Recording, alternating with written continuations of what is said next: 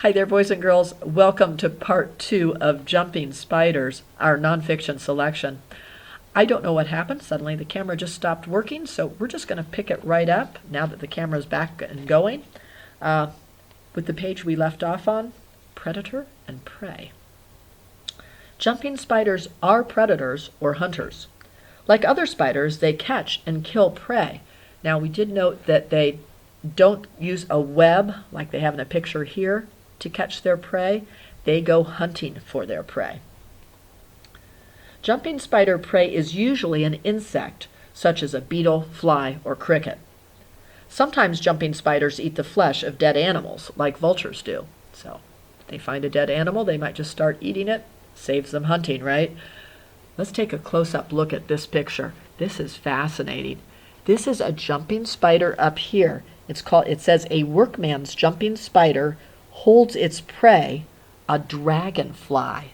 So that's the spider up at the top, and that's the dragonfly that it caught to eat. Wow, that's pretty impressive. And that kind of jumping spider is called a workman's jumping spider. Jumping spiders hunt by waiting and watching. They may chase prey or creep cat-like after it. Then they jump onto the prey and bite. Jumping spiders look for prey in many places. They can be found hunting on tree trunks, on buildings, and on the ground. Jumping spider bites contain venom. The venom wouldn't hurt you, but it paralyzes or kills the spider's prey. And that works the same for other spiders. We mentioned most spiders are meat eaters, and they will inject venom into the prey to paralyze it before they eat it. Take a look at this. A magnolia green jumping spider is a good color match for a Florida sword fern. Wow, talk about camouflage. Isn't it beautiful too? And it says here, some jumping spider species look much like their surroundings. This coloring helps keep them from becoming prey. Certain birds, wasps, and other predators eat spiders. So not only does the camouflage help the jumping spider to catch its prey, it also protects it from becoming prey for other animals. Very cool. Now check out this kind of camouflage. Ant or jumping spider. It has 8 legs, so it's a spider. Wow, it really looks like an ant, doesn't it? But if you can, it might be hard to see the legs in that photograph, but if you count the legs, there's 8 of them. It's a spider. Amazing camouflage that God gave it. Where jumping spiders live. There are probably 5,000 species or more of jumping spiders in the world. More than 300 species live in North America, north of Mexico. That's our part of the world. So 300 species of jumping spiders just here. Most jumping spiders live in warm places. Look for jumping spiders in forests, fields, prairies, meadows, and outdoors around buildings. Certain kinds live in mountains. And this kind here, it says this jumping spider lives in the warmth of Belize in Central America. It doesn't tell us what kind of jumping spider it is, but it's sure pretty.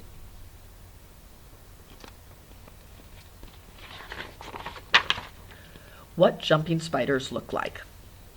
Jumping spiders are generally small. Most are hairy and much less than 1 inch. So you know how long an inch is. They're small spiders, a good thing. The picture just makes them look bigger because they have the camera close up. They are also colorful.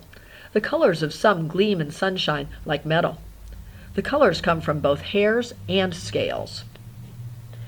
It says the red beauty jumping spider has bright colors and a hairy body typical of jumping spiders. Very lovely. The red beauty jumping spider. Wow, and now here's the cephalothorax here. Here's the abdomen where the red part is. It does remind me of a ladybug even. And then it says in this smaller box, jumping spider shapes are not alike. Here, let me get that so you can see it better. Jumping spider shapes are not alike. as the long pike slender jumping spider shows. So that is a long slender spider, the pike's slender jumping spider. Looks like the abdomen is especially long there. There's your cephalothorax because you can see the legs. Like all spiders, a jumping spider has two major body parts, the cephalothorax and the abdomen. Here's your cephalothorax, here's the abdomen. The eyes, head, mouth, and much of the stomach are in the cephalothorax. The legs are there as well, as we mentioned earlier. The abdomen is the plump part of the spider. It contains the silk glands, heart, lungs, and other organs. So let's get it so you can see that better. And they mentioned the silk glands. The spinnerets are right over here, and that's where the silk is going to come out from.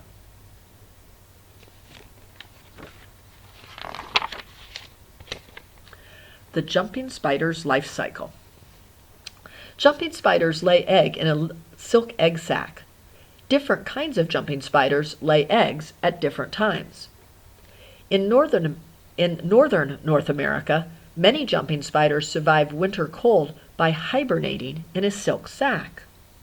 So they spin their own little sac to sleep in during the winter months. Cool. And it says right here, jumping spiders make silk egg sacs. So this female jumping spider is going to lay her eggs in this silk egg sac. Most spiders do that. And it says right here, jumping spiders help keep nature in balance by eating insects. And here you can see a jumping spider eating some kind of green and black insect there. Yeah, God has a great plan for spiders. I know you might look at them and think, ooh, but spiders work hard at keeping the insect population down. If there weren't spiders to eat the insects, the world would be overrun with insects, and that would not be a good thing. So God has a plan for spiders. They eat those insects, plus they're going to be food for other animals too that eat spiders. All part of God's plan.